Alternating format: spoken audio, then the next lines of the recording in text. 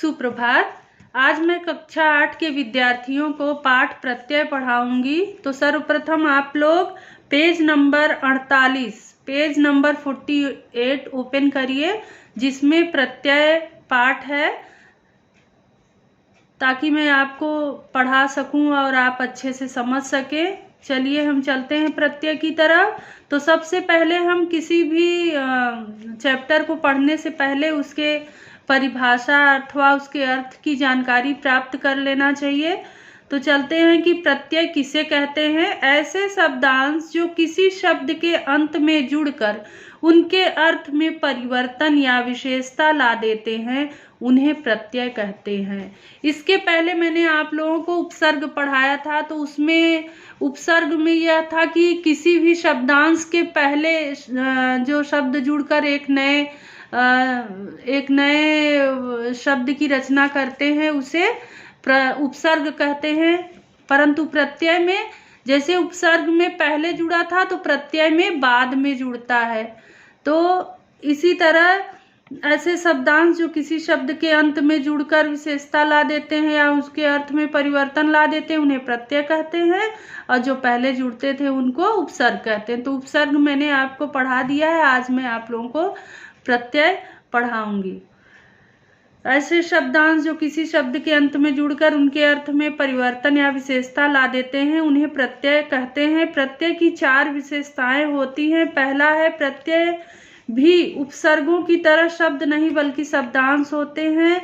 ये शब्दों के अंत में जुड़ते हैं। शब्दों के अंत में जुड़कर ये शब्दों के अर्थ में विशेषता ला देते हैं तथा उनके अर्थ में परिवर्तन भी कर देते हैं। प्रत्यय का उपयोग स्वतंत्र रूप में नहीं किया जाता है।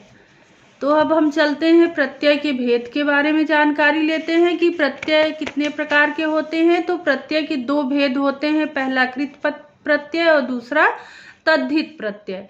जो शब्दांश धातुओं या क्रियापदों के अंत में जुड़कर उनके अर्थ में विशिष्टता या परिवर्तन ला देते हैं, उन्हें कृत प्रत्यय कहते हैं। जैसे मजदूर धन ई, बड़ी ई बराबर मजदूरी, यह कृदंत प्रत्यय है। संदूक धन ड़ी, संदूकड़ी, कृदंत प्रत्यय। कृत प्रत्ययों की योग से बनने वाले शब्दों के उदाहरण कुछ इस तरह हैं। जैसे कर्तवाचक संज्ञा बनाने वाले कृत प्रत्यय कैसे होते हैं? पठ, पच, चल। तो इससे हम क्या बनाएंगे?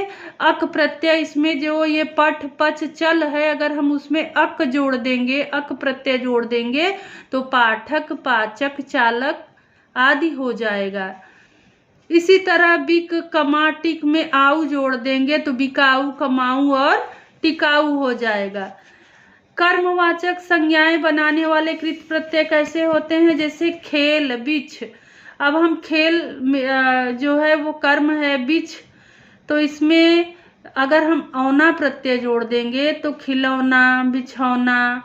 ओढ़, सूंघ, इसमें नी प्रत्यय जोड़ देंगे तो ओढ़नी, सूंघनी। पढ़, देख, पढ़ा हुआ, देखा हुआ, हुआ प्रत्यय जोड़ देंगे तो यह इस तरह से बन जाएगा। इसी तरह करणवाचक संज्ञाएं बनाने वाले कृत प्रत्यय भी हैं। जैसे झूल, घेर, तो इसमें आ प्रत्यय लगा देंगे तो झूला, घेरा इत्यादि हो जाएगा। मथ, इसमें हम आनी प्रत्यय जोड़ देंगे तो मथानी। कस, इसमें औटी प्रत्यय जोड़ देंगे तो कसौटी आदि हो जाएगा। भाववाचक संज्ञाएं बनाने वाले कृत प्रत्यय कैसे होते हैं? लड़, पढ़, पढ़, कमा। तो अब हम इसमें आई प्रत्यय अगर जोड़ते हैं तो लड़ में आई जोड़ेंगे तो क्या हो जाएगा? लड़ाई, पढ़ाई, कमाई। इसी तरह बह, कट, चढ़ में आव प्रत्यय जोड़ेंगे तो बहाव, कटाव, चढ़ाव आदि हो जाएगा। अब हम चलते हैं क्रियावाचक कृत प्रत्यय की ओर। क्रियावाचक कृत प्रत्यय किसे कहते हैं? जिन कृत प्रत्ययों को जोड़ने से धातुएं विशेषण रूप में प्रयुक्त होती हैं, उन्हें क्रियावाचक कृत प्रत्यय कहा जाता है।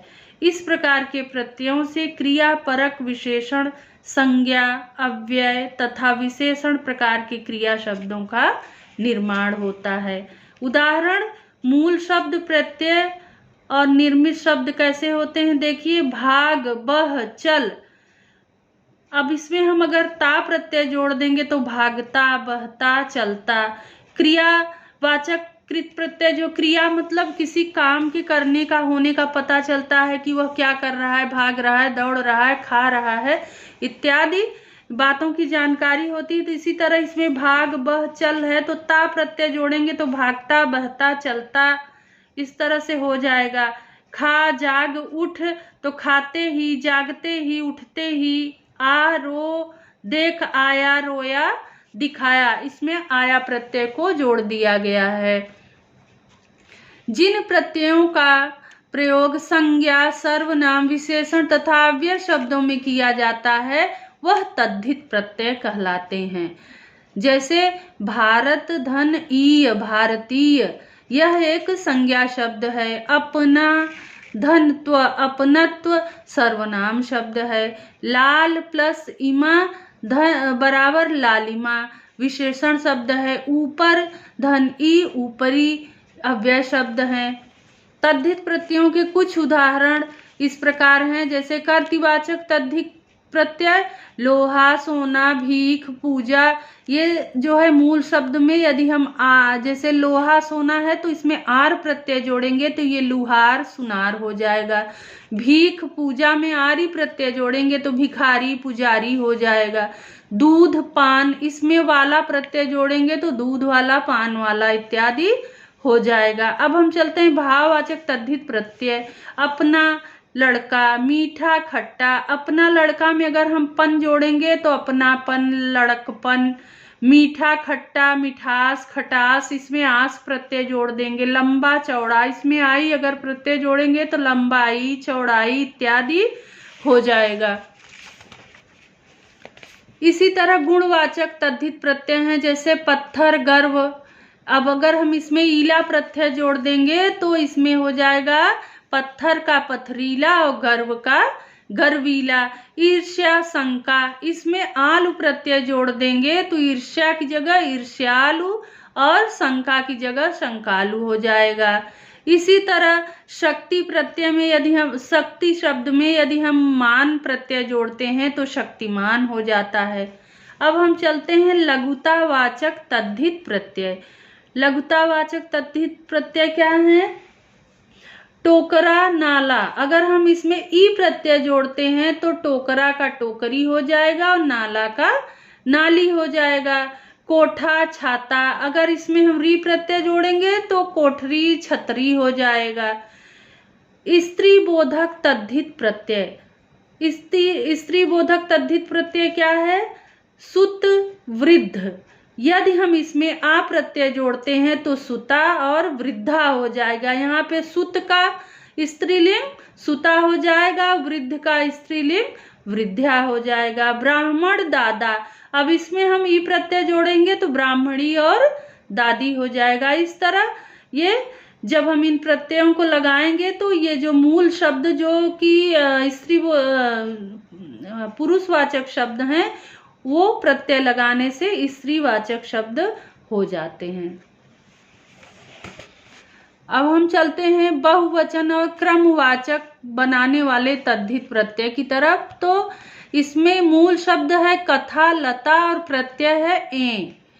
कथाएं, कथा का ए लगाने से, प्रत्यय लगाने से क्या हो जाएगा? कथाएं, लताएं। नदी, बेटी, नदियां, इसमें या प्रत्यय जोड़ेंगे तो नदियां, बेटियां। 5, 9, वहां प्रत्यय जोड़ेंगे तो पांचवा, नौवां हो जाएगा।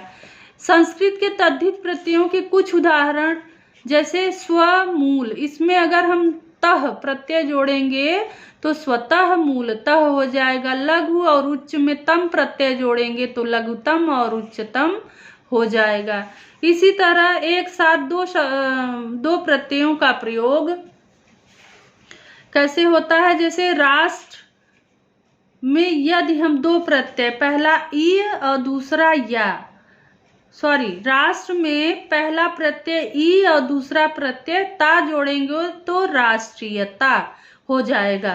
कला, इसमें दो अगर हम प्रत्यय जोड़ेंगे कार और ई तो कलाकारी हो जाएगा। दृढ़ में ता प्रत्यय और पूर्वक प्रत्यय जोड़ेंगे तो दृढ़ता पूर्वक हो जाएगा, इसीलिए इसको एक साथ दो प्रत्ययों का प्रयोग किए जाने वाला शब्द कहा जाता है।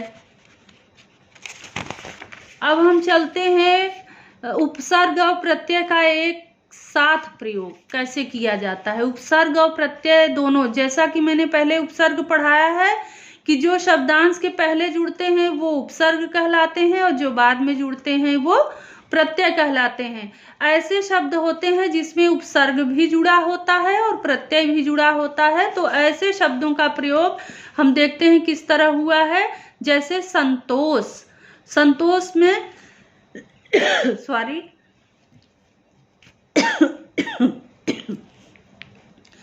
अप्रत्यय जोड़ेंगे, उपसर्ग जोड़ेंगे तो उपसर्ग जोड़ेंगे और प्रत्यय जनक जोड़ेंगे तो हो जाएगा असंतोष जनक। संतोष में हम पहले अ लगा देंगे जो कि उपसर्ग हो जाएगा तो असंतोष हो जाएगा, और यदि उसी में हम पीछे जनक जोड़ देते हैं तो असंतोष जनक। तो इसमें जो है उपसर्ग भी जुड़ा हुआ है, उपसर्ग क्या है अ और जनक क्या है प्रत्यय। तो इसको संतोष में जो मूल शब्द है उसमें अ आगे हम जोड़ते हैं जैसा कि उपसर्ग और पीछे जोड़ते हैं इसके प्रत्यय जनक, तो यह हो जाएगा असंतोष जनक। स्वभाव में अस्वाभाविक, इसी तरह ये सारे शब्द बनते हैं।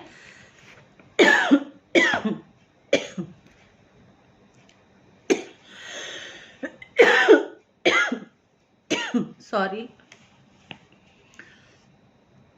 ये आपका रहा उपसर्ग से संबंधित जानकारी। इससे संबंधित सारे प्रश्नों के उत्तर और अभ्यास मैं आपको PDF के माध्यम से सेंड कर दूंगी। धन्यवाद।